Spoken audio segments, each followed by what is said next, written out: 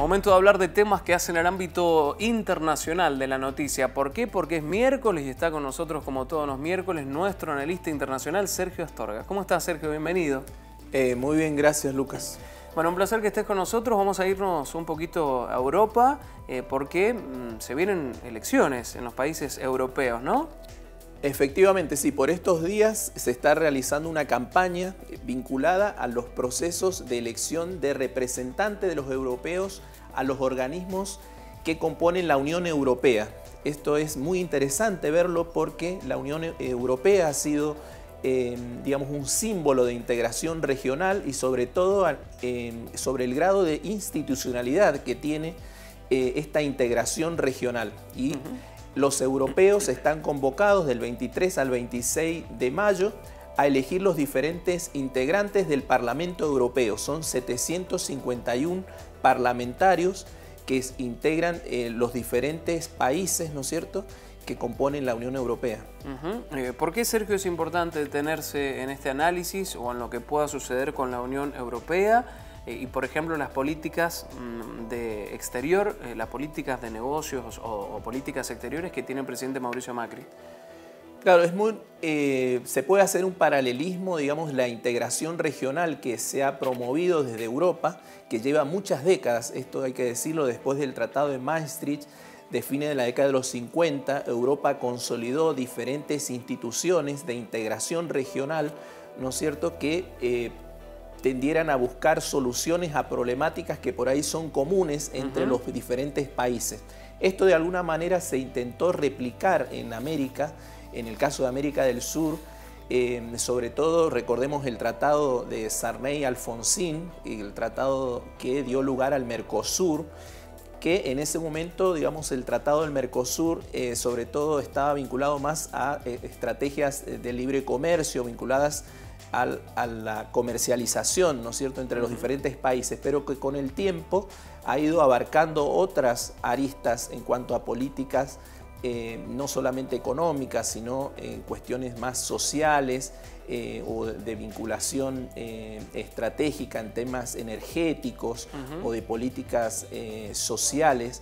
Esto, digamos que ha sido, digamos, buscado sobre todo mayor institucionalidad. Los países en el continente americano han buscado mayor institucionalidad y eso en el 2015 la presidenta Cristina Fernández de Kirchner aprobó la posibilidad de que Argentina eligiera a través del voto directo a los representantes en el Parlamento, el Parlasur. Esto la semana pasada Macri lo ha derogado, es decir, que en estas elecciones no vamos a elegir los representantes del Parlasur. Entiende el presidente Macri y Cambiemos que es un gasto innecesario, ¿no es cierto?, pero que nosotros desde el lado de los análisis más institucional lo vemos como un retroceso, porque realmente que los ciudadanos sudamericanos elijan a sus representantes en estos órganos más regionales son colaborativos de las políticas nacionales que se emprenden en cada uno de nuestros países. Entonces, avanzar en un parlamento común, avanzar en otras instituciones regionales realmente es, digamos, es una posibilidad, es una fortaleza y cual, bueno, los europeos lo entienden así y es así como la semana que viene se van a producir estas elecciones regionales de los diferentes integrantes de estas comisiones de la Unión Europea. Claro, se vota en todos los países, me decías previamente, ¿no? Sí, es un proceso eleccionario complejo, son varios días. En el caso de España, por ejemplo, la elección coincide con los representantes a los organismos municipales. Es decir, lo que hay que decir que en el ambiente europeo es muy complejo, donde ha ido decreciendo la votación o la participación de electores en estas instituciones.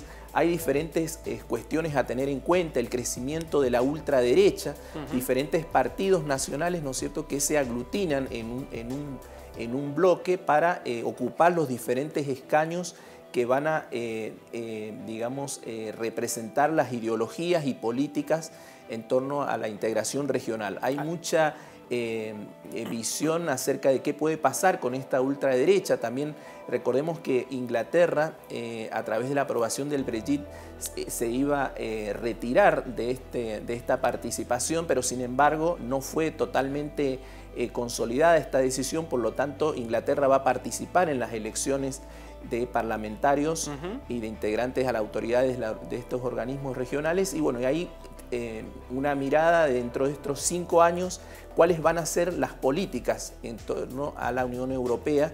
Algunos hablan de un ejército común, algo de un mecanismo de defensa que puedan integrarse los diferentes países. Recordemos que bueno, la Unión Europea ha tenido muchos resultados, como por ejemplo el euro, una moneda común, un banco central europeo, esto de las instituciones regionales y también normas comunitarias. Es decir, el Parlamento lo que resuelve son normas que tienen implicancias o vinculación para todos los Estados miembros de la Unión Europea. Qué bueno esto de poder lograr la integridad, digo, en distintos aspectos. Claro, hay tensión sobre todo en cuanto a la migración. Uno de los factores que se menciona como que ha provocado la emergencia de estos grupos de ultraderecha ha sido el crecimiento desmesurado, ¿no es cierto?, de la inmigración en la zona del Mediterráneo. Recordemos que más de 2.000 muertes por año de migrantes del África a Europa mueren tratando de ingresar a Europa. Digamos, hay diferentes escenarios. Después el tema de la inseguridad. Recordemos que ha habido muchos atentados, muchos escenarios violentos, que en algunos aspectos ha vinculado a los migrantes, pero bueno, esta política xenófoba, también racista, ha alimentado estos grupos de derecha que se presentan como digamos, una posibilidad de sorpresa en estas votaciones de representantes europeos. Bien, bueno, seguramente iremos analizando después un poquito el paso a paso de cada uno de los países, ¿no?, de Europa, a ver cómo han resultado estas elecciones. Sergio, como siempre, gracias por estar con nosotros. Bueno, gracias a ustedes.